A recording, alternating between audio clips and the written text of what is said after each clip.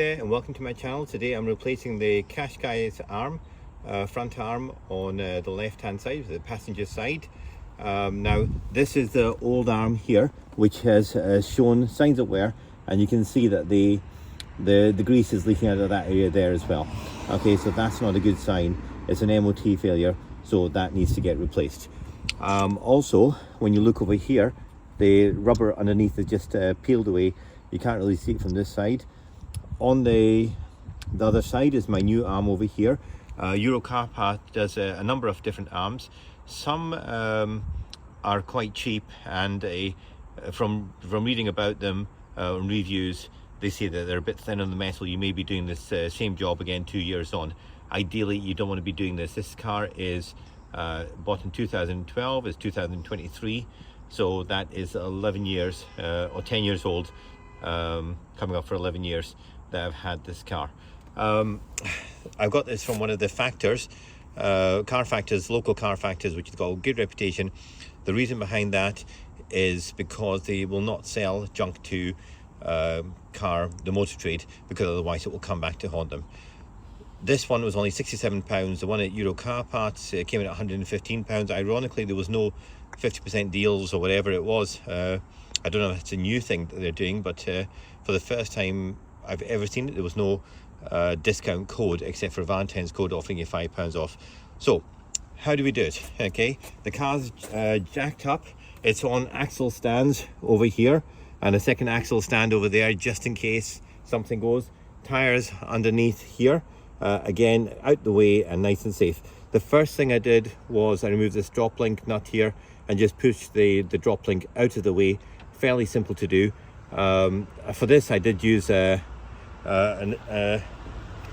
gun just to remove it, because I know that's not going to be a big effort. It's nice and quick. Zipped it out and then pushed it away. The next two bolts that came out was over here and two bolts over there. So one over here and two bolts over there, which you will see. I don't know if you can get that in the video. If you go around this way, you might be able to see where they came out. Okay, with the shiny bits are. So the two bolts over there. Now they can be quite stuck on, so you want to WD-40 hopefully a night before. And if you look down this way, I'll take the video from this side, and there's a bolt down there as well. You can see it's actually come out now. You can see just where the hole is there. Okay, so I've taken the bolt out there, but again I WD-40'd it 24 hours in advance to try and get as much of the looseness out. So you're going to wire brush to break away any of the rust, and then WD-40. Now when you're taking out these bolts, they can be quite stiff. The two bolts at the back down here are big hefty bolts. Okay, they're not going to break. Okay, but some of the bolts that you're taking out are a little bit smaller heads.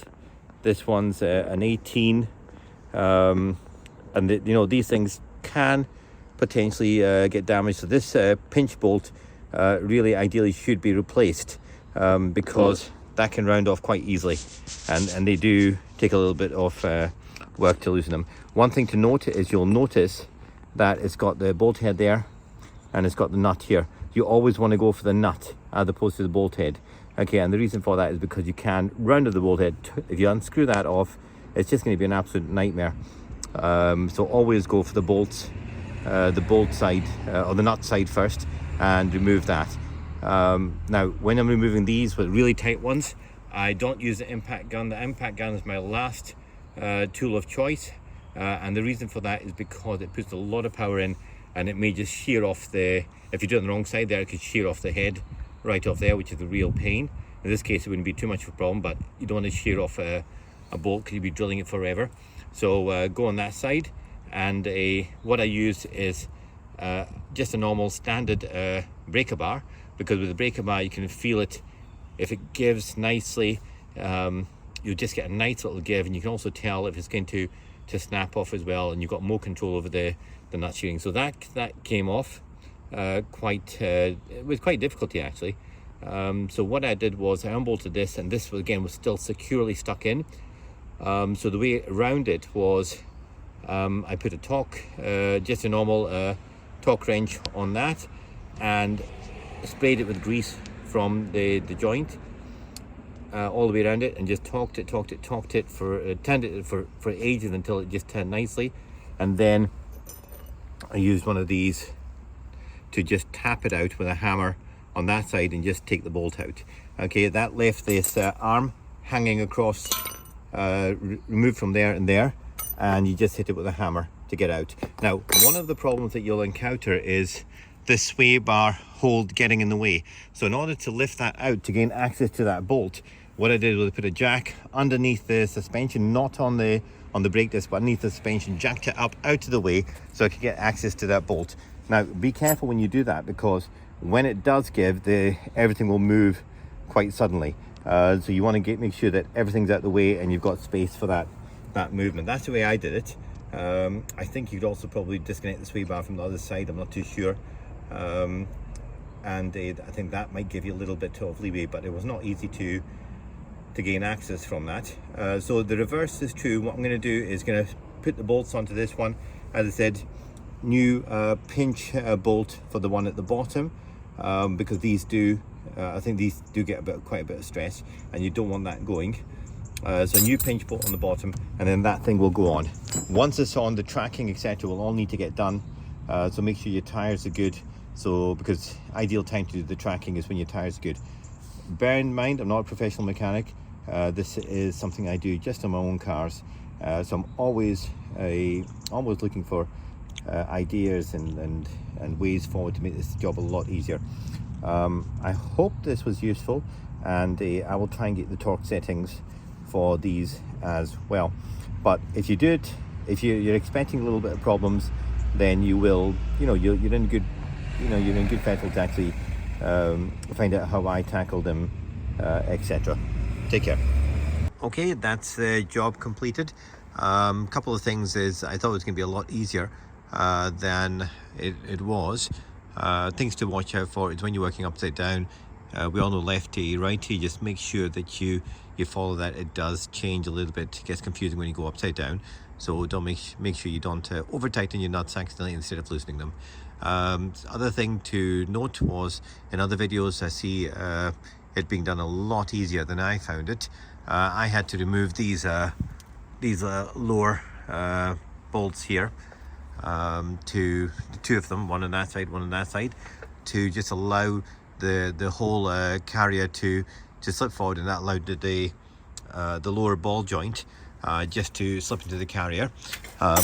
You will need to move the steering wheel. It helps if you've got somebody else to just align that steering wheel for you. Just to finish off, we've got the torque settings.